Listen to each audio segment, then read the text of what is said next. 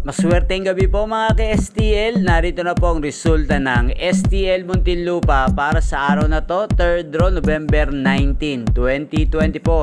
Araw ng Martes, naway ang mga natayaan nyo pong mga numero kanina ay manalo nawa ngayong gabing ito, 9 PM. Kaya kunin nyo na po ang inyong mga tickets.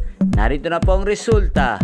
Ang mga numerong nanalo sa STL Muntinlupa ngayong gabing ito, 9 PM, 3rd draw result, November 19, 2024. Ang mga numerong nanalo, 35 at 16 in exact order. Sa lahat po ng tumaya kanina para sa 3rd draw ng 35 at 16, congrats po sa inyo. Panalo po kayo again, 35 at 16 in exact order.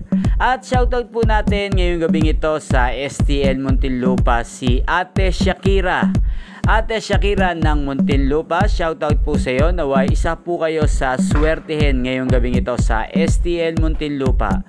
At inyo pong napanood ang resulta ng STL Muntinlupa sa channel na to, Roderick Hernandez TV. Huwag pong kalimutang mag-subscribe.